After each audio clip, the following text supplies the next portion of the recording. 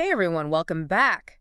We're going to be doing a deep dive today, Or not and dive, yeah, a deep dive into Orthodox Christianity, right? specifically its stance on ecumenism. Okay. We've got a fascinating article that we're going to be looking at today titled "Ecumenism is Not Orthodoxy." Catchy title. Yeah, it's very direct, Yeah, very blunt. straight to the point. Yeah, No beating around the bush with this one, and let me tell you, it does not pull any punches. it really doesn't. The author of this article lays out a very stark perspective. Yeah. There's almost a yearning for unity amongst Christians in this article, yet this unwavering conviction that orthodoxy is the only true path. Right. It kind of makes you wonder how those two ideas can even coexist. That's exactly what intrigued me about this article. Is like, how can you strive for unity Right? while simultaneously believing that everyone else is well wrong? Yeah. So to unpack this, maybe we should start with a quick explainer. What exactly is ecumenism? You got it. So in the simplest terms, ecumenism is all about promoting unity among the various Christian churches worldwide.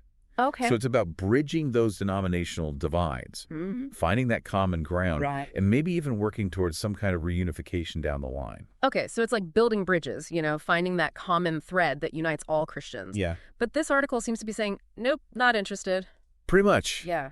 Yeah, the author sees ecumenism as a dangerous dilution of true Orthodox Christianity, Okay. almost a betrayal of its core principles.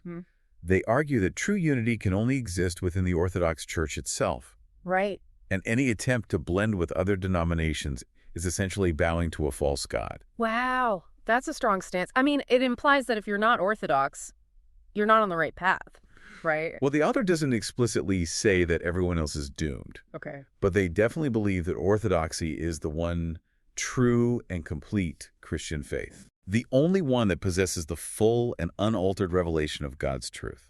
Okay. And it's this idea of exclusivity that really sets the stage for their rejection of ecumenism. I see. So there's no room for compromise when you believe you hold the only key to the truth. Right. It's interesting, though, because they also bring up Catholicism and even Islam in this discussion about truth. What's the connection there? The author uses these examples to highlight the idea of truth being absolute Okay. and uncompromising.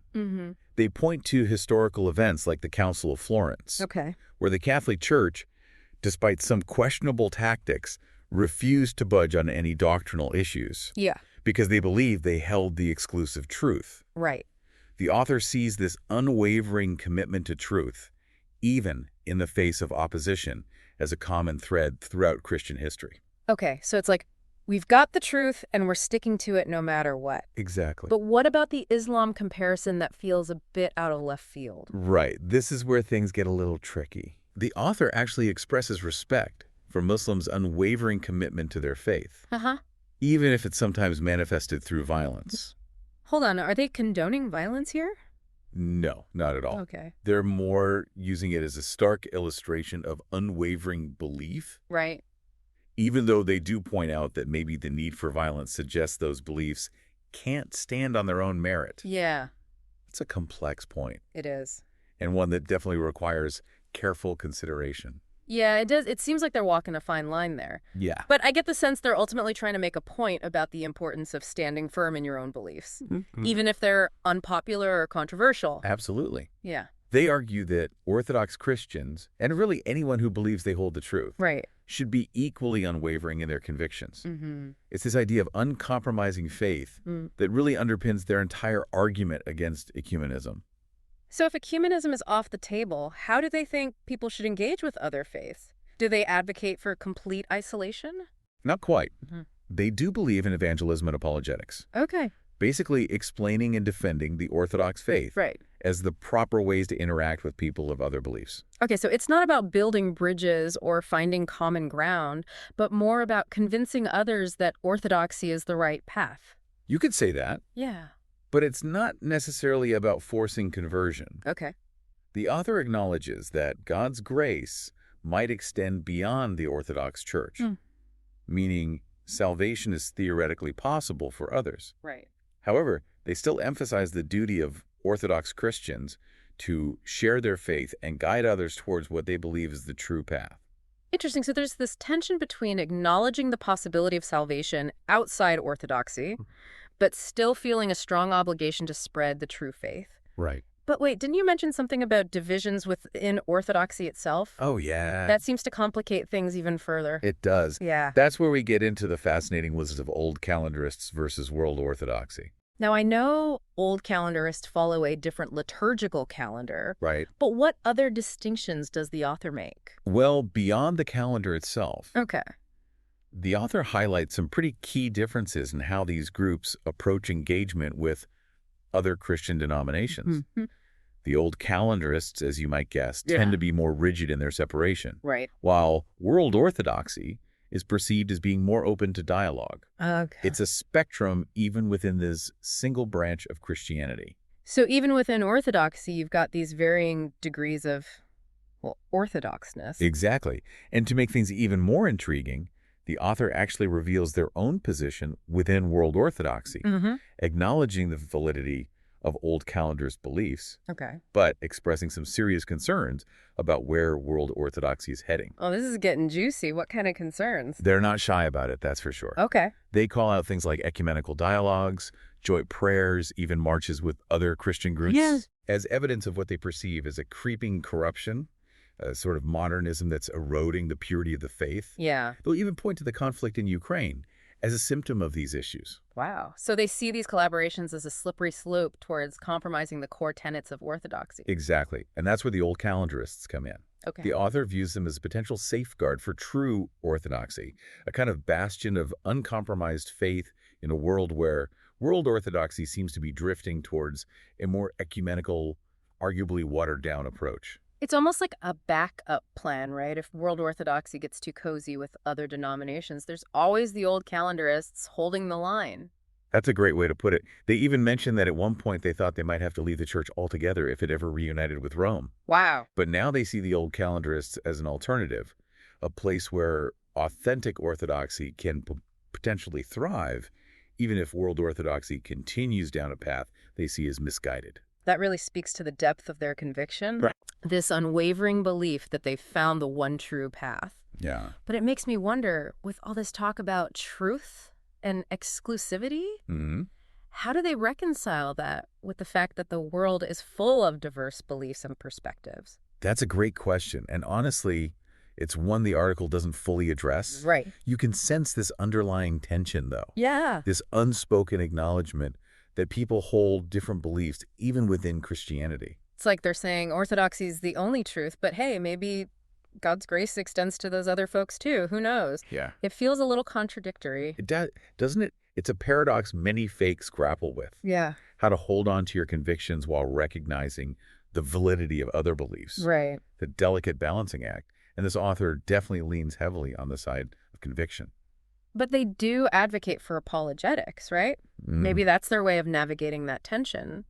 It could be. Apologetics, in their view, isn't about forcing beliefs on others, Okay. but rather engaging in reasoned discourse, presenting a clear articulation of the orthodox perspective, Right. and letting the truth as they see it speak for itself. So more like planting seeds rather than demanding immediate conversion. Exactly. It's about creating space for dialogue and understanding. Right. Even if you ultimately believe that there's only one right answer, Right. it's a subtle but important distinction. This whole conversation really highlights the complexities of interfaith dialogue, doesn't it? Yeah, It can be so challenging, it is. especially when deeply held convictions are at stake. Absolutely.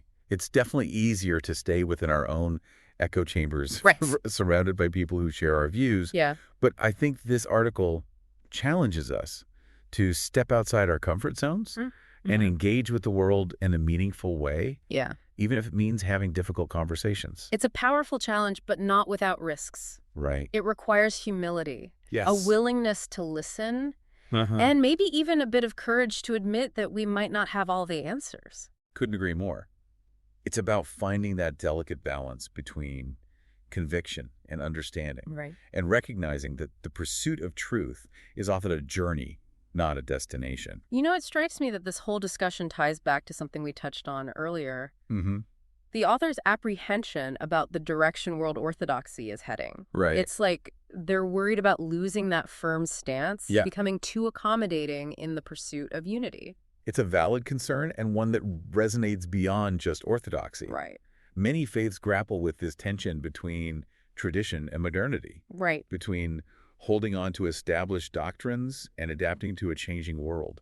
Exactly. How do you stay true to your core beliefs while also engaging with a world that's constantly evolving? Right. And that brings us back to the author's call for Orthodox Christians to be exemplars of their faith.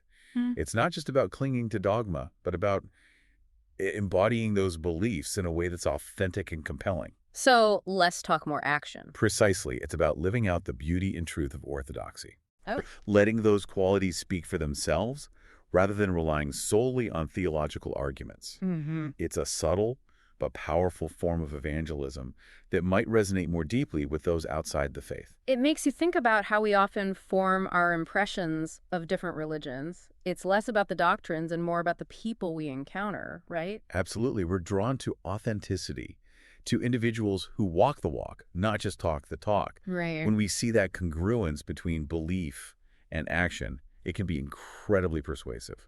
This is making me see the ecumenism is not orthodoxy argument in a new light. Hmm. Maybe it's not about shutting down dialogue or building walls between faiths, but more about preserving the integrity of your own beliefs. I think that's a fair interpretation. Oh, It's about recognizing that true unity can only come from a place of authenticity, okay. a deep understanding and commitment to your own convictions. So it's less about saying my way or the highway and Yeah. more about ensuring you're not sacrificing the essence of your faith for the sake of superficial harmony. Exactly. It's about holding on to your core beliefs, letting them guide your interactions with the world. Mm-hmm. But it also requires self-awareness and critical thinking Right. to make sure those convictions are rooted in something deeper than blind adherence to tradition. That's where things get tricky, though, isn't it? How do you know when you're holding on to something valuable versus clinging to outdated or even harmful beliefs? You're absolutely right. Discernment is key. Yeah. It requires honest self-reflection, questioning your assumptions, and being open to the possibility that your understanding might evolve over time. Which loops back to the author's emphasis on beauty as a testament to truth. It's not just about intellectual arguments, Right. but about cultivating a way of life that reflects those values, allowing them to speak for themselves. It's about allowing your faith to shape your actions, your relationships, your interactions with the world. That's a tall order, but definitely worth considering. If we truly believe our faith holds the key to truth and meaning, shouldn't we strive to live in a way that reflects that? I think that's a question worth pondering, regardless of your religious background. What does it mean to live a life true to your convictions? How do we navigate a world full of diverse beliefs? Yeah, it's a tough question, and it's something that a lot of people struggle with. For sure. And, it's interesting because this article, it really kind of highlights this tension that exists within Orthodoxy itself. Right. You've got these different groups with different perspectives on how to engage with the world. Mm-hmm. And it kind of makes you wonder, what does it actually mean to be Orthodox in today's world? Yeah. Is there a right answer to that? Well, that's the million-dollar question, isn't it? Yeah. And, I don't think there's a simple answer. Yeah. Orthodoxy, like any other faith, it's complex. Mm-hmm. There's a lot of nuance. Yeah. And there's always going to be some degree of tension between, holding on to tradition and adapting to modern times. So how does this author kind of navigate that tension? Well, they seem to be advocating for a pretty firm stance. They really emphasize the importance of maintaining the purity of the Orthodox faith. Mm-hmm. And they're very critical of what they see as a watering down of orthodoxy Okay. through things like ecumenical dialogue or, joint prayers with other Christian groups. So they see those things as a compromise almost. Exactly. They view it as a kind of slippery slope. Mm-hmm. Once you start making concessions on certain issues, where do you draw the line? It's interesting because I feel like I've heard that sentiment from people of other faiths too. Oh, absolutely. It's not unique to orthodoxy at all. Right. I think anytime you have a deeply held belief system, Mm-hmm. there's always going to be this tension between, staying true to your convictions Yeah. and engaging with the world in a way that might require some degree of flexibility. So how do you balance those two things? That's the challenge. Yeah. Right? And there's no easy answer. Yeah. But I think this article, it really highlights the importance of being thoughtful and intentional about how we engage with other faiths. It's not about just blindly accepting everything Right. or shutting down any form of dialogue. Yeah. It's about finding that balance, Yeah. between conviction and understanding. So having those difficult conversations, even if they're uncomfortable? Exactly. And Yeah. being willing to listen to other perspectives, Mm-hmm. even if we don't ultimately agree with them. I guess that goes back to that idea of humility that we were talking about earlier. Yeah, exactly. Recognizing that we don't have all the answers Hmm. and being open to the possibility that we might learn something from those who see the world differently. I think that's a really important point. Yeah. And I think it's something that we could all benefit from, Mm-hmm. Regardless of our religious beliefs. For sure. Just this willingness to engage with the world with an open mind and a humble heart. And that's a good place to leave this part of the deep dive, I think. Yeah. We're going to take a quick break, and when we come back, we'll continue our exploration of this fascinating article. It's interesting, this whole idea of staying true to your convictions. Yeah. It reminds me of something the author said about beauty Oh, yeah. being like a testament to truth. Uh-huh. Do you remember that part? Yeah, they talk about how, the beauty of orthodoxy kind of speaks for itself. Right. So you don't even need to get in all the theological arguments. Mm-hmm. The beauty is enough to kind of convince you. So it's more about the feeling you get. Yeah, Like- the experience of it, the way that it moves you. It almost reminds me of that Dostoevsky quote. Oh, yeah. Beauty will save the world. Yeah, exactly. It's a powerful idea. It is, and I think it ties into what we were talking about earlier Mm-hmm. about how, actions speak louder than words. Right. If you truly believe in something, Yeah. it should be reflected in the way you live your life. Right. It's not just about what you say. Mm-hmm. It's about what you do. Yeah. And I think that's a really challenging thing, It is. to live in a way that's truly congruent with your beliefs. Yeah, because it's easy to talk the talk, Oh, yeah. but it's a lot harder to walk the walk. It is. It requires a lot of self-awareness Mm-hmm. and discipline and humility.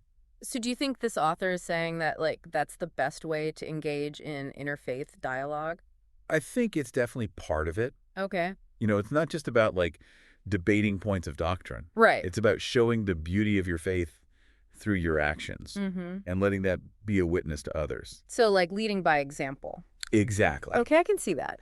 And, I think that's something that we can all learn from, Yeah. whether we're Orthodox or not. Right. Just this idea that the way we live our lives Mm-hmm. can be a powerful form of communication. That's a good point. I like that. Yeah. So as we kind of wrap up this deep dive, what do you think are some of the key takeaways for our listeners? Well, I think first and foremost, this article, it really challenges us to think critically about our own beliefs. Mm-hmm. Why do we believe what we believe? Right. And are we living in a way that's consistent with those beliefs? Good question. And then secondly, I think it encourages us to engage with other faiths with both conviction and understanding. Right. It's not about being afraid to stand up for what we believe in, Mm-hmm. but it's also about being respectful of other perspectives. And being willing to learn. Exactly. That's a great takeaway, I think. Yeah, and ultimately, I think it's about recognizing that the pursuit of truth is a journey. Mm-hmm. It's not a destination. Right. And we're all on that journey together. I like that. Yeah. Well said. Well, this has been a fascinating deep dive. It has. I really appreciate you joining me for this conversation. It's been a pleasure. To our listeners out there, thank you for tuning in, and we'll see you next time for another deep dive.